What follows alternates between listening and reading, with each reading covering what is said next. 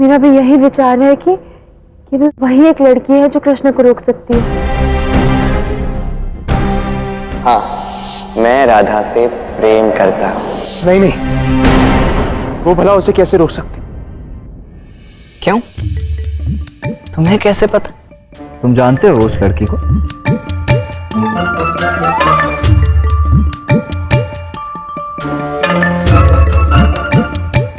नहीं नहीं, मैं नहीं जानता उसे। मैं तो केवल नहीं जानते ना, कोई बात नहीं। राधा, तुम कुछ जानती हो उस लड़की के विषय में? कुछ भी ऐसा जो? नहीं दाऊ, हाँ इतना पता है कि वो बरसाने से ही है।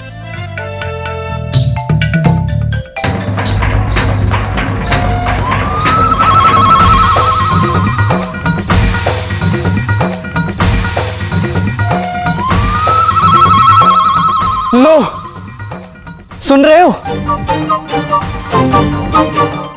अब तो बारात भी आ पहुंची। अब इससे पहले कि कृष्ण कोई खेल खेल जाए, हमें कृष्ण की प्रेमिका को उसके सामने खड़ा करना होगा, जिससे वो उसे कुछ भी अनर्थ करने से रोक सके। बोलो, तैयार हो तुम लोग?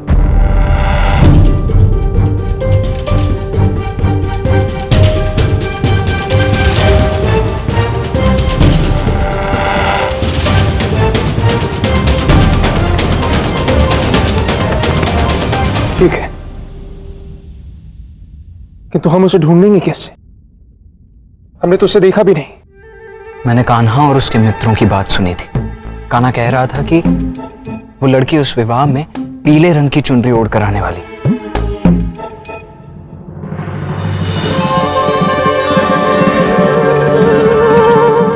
जो समझाया था स्मरण है ना? वैसे ही करना। भैरव,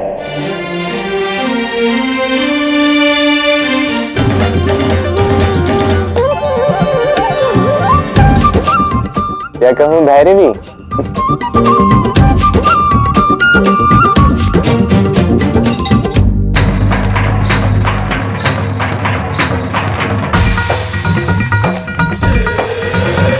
दाऊ ने कहा था कृष्ण की प्रेमिका पीली चुनरी ओढ़ कर आएगी। कहाँ होगी वो?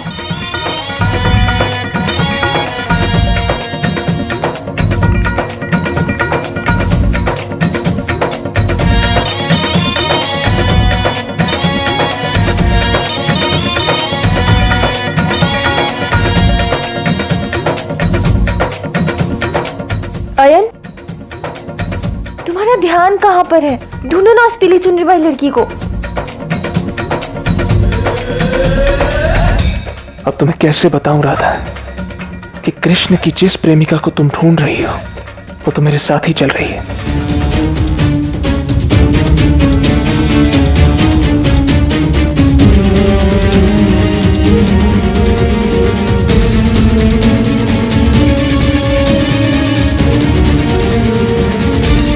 रुको,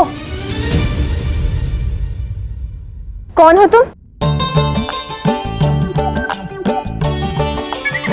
अब राधा, तुम मुझे कैसे जानोगी? मुखिया की बेटी की दृष्टि हम निर्धनों पर तो कभी पड़ी भी नहीं होगी। तो आज पड़ जाएगी दृष्टि। घूंघट हटाओ अपना। नहीं नहीं, माँ ने कहा है कि अगर आज मैंने घूंघट उठाया और जिसकी दृष्टि मुझ पे पड़ गई उसके साथ कुछ अनर्थ हो जाएगा। जो अनर्थ घटना है घटने दो। तो आज मैं ये कृष्ण की प्रेमिका नहीं है।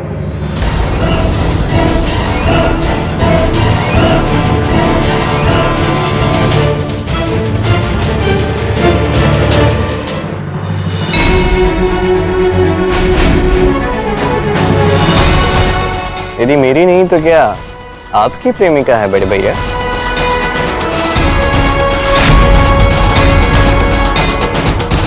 ये तुम्हारी प्रेमिका नहीं हो सकती कृष्ण। ठीक है, यदि ये मेरी प्रेमिका नहीं है तो कौन है?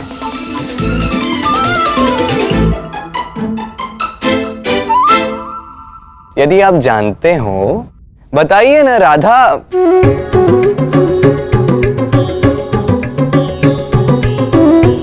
राधा जानने के लिए उत्सुक है। और ये क्या है? ये कैसे संस्कार हैं? आपने इस प्रकार मेरी प्रेमिका को घेर क्यों रखा है?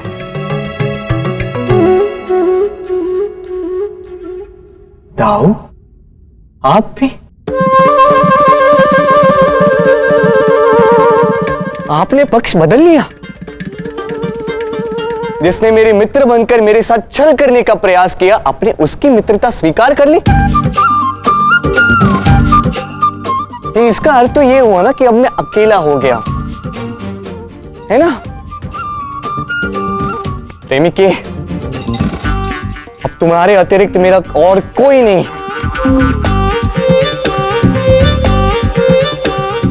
चलो, तब केवल तुम्हारी ही आस है, तुम्हारा ही विश्वास है कि मेरा प्रयोजन सिद्ध हो। आओ। रुको, मैंने कहा रुको। तुम फिर से मेरे मार्ग में आ गए। क्योंकि मैं तुम्हें कोई अनुचित कार्य नहीं करने दूंगी कृष्ण। अच्छा, और उचित और अनुचित का निर्णय लेने का अधिकार तुम्हें किसने दिया? मेरे माँ बाबा के संस्कारों ने। और उन्होंने इतनी तो शिक्षा दी है कि मैं समझ सकूं कि तुम सुदेवी को भगाकर अनुचित कार्य करने जा रहे हो। क्या? दाऊ, आपने राधा को ये बात बता दी? तो तुमने मेरे पास और क्या मार्ग छोड़ा था कान्हा? बरसाना की जल में ही कोई खोट होगी जो आज दो भाई एक दूसरे के विरुद्ध खड़े हो गए। नहीं कान्हा, इसने बड़े भाई को यह अनुभव करवा दिया है कि उसका भी एक कर्तव्य है कि यदि छोटा भाई भूल करे तो उसे रोकना चाहिए। कान्हा, मत करो ये भूल। राधा जो कह रही है वो उचित है, वही उचित है, मान जाओ।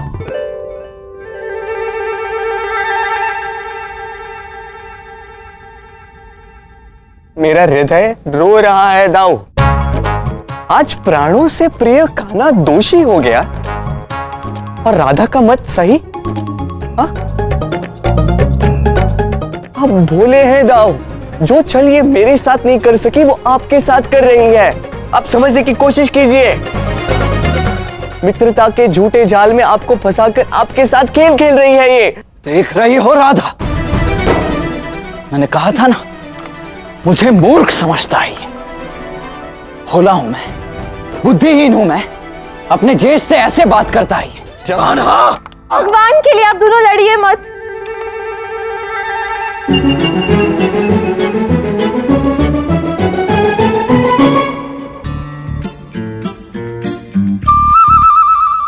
आज तुमने मेरे ज्येष्ठ को मुझसे दूर कर दिया राधा। मुझे तुमसे ये आशा नहीं थी। आशा तो तुमने अपने दाव की तोड़ी है कृष्ण। बरसाना और गोकुल का संबंध ना टूटे इसलिए वो मेरा साथ देकर कुछ अनुचित नहीं कर रहे हैं। अनुचित, अनर्थ, ये सब क्या है राधा? सब अपना अपना दृष्टिकोण है। तुमने अपने दृष्टिकोण से निर्णय लिया, अब मैं अपनी दृष्टिकोण से आगे बढ़ूंगा। आज शरद पूर्णिमा की रात्रि है। कहते हैं आज चंद्रमा की पहली किरण के साथ जो जिसका हाथ थाम लेता है वो जन्म जन्मांतर तक उसका साथी बन जाता है। और मैं आज रात्रि का महत्व कम होने नहीं दूंगा, ये मेरी शपथ है। मैं अपना वचन अवश्य पूरा करूंगा। आज प्रेमियों का मिलन होकर रहेगा।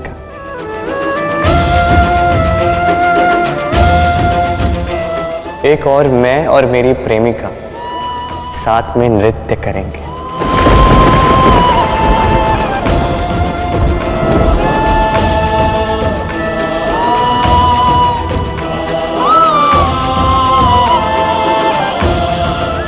और साथ ही मैं भैरव और सुदेवी का विवाह भी करवाऊंगा।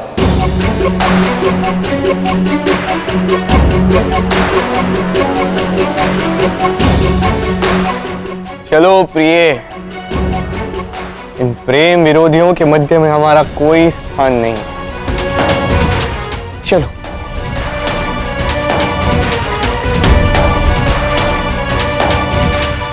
रुको, तनिक मुड़ के तो देखो कृष्ण, विवाह की रीति आरंभ हो चुकी है।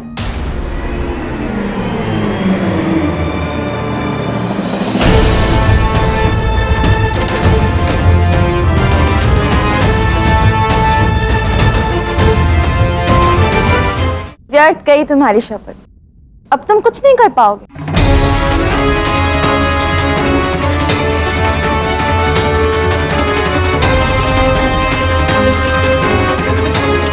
चलो, ये विवाह आरंभ तो हुआ, और वो भी बिना किसी विघ्न के। देखना, सुदेवी का विवाह उसी के साथ होगा जिसके साथ निश्चित हुआ है।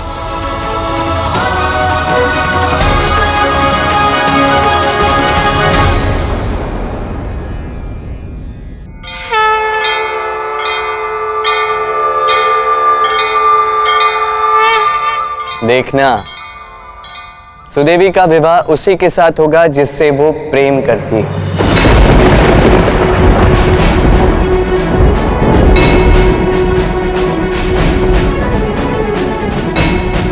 एक,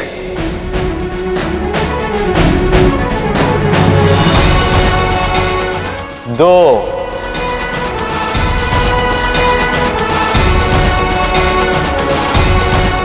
तीन, तीन, तीन, तीन।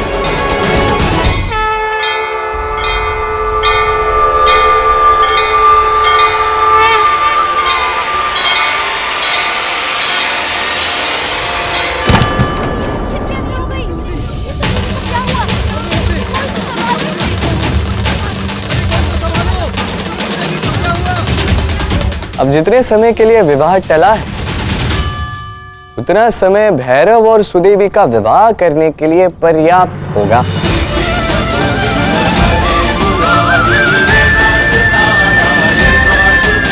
चले प्रेमी के।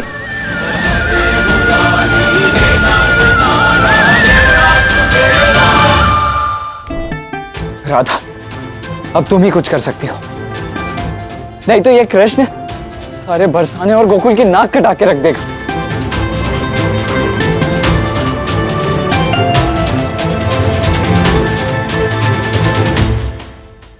ये कृष्ण फिर से उलझा दिया इसने।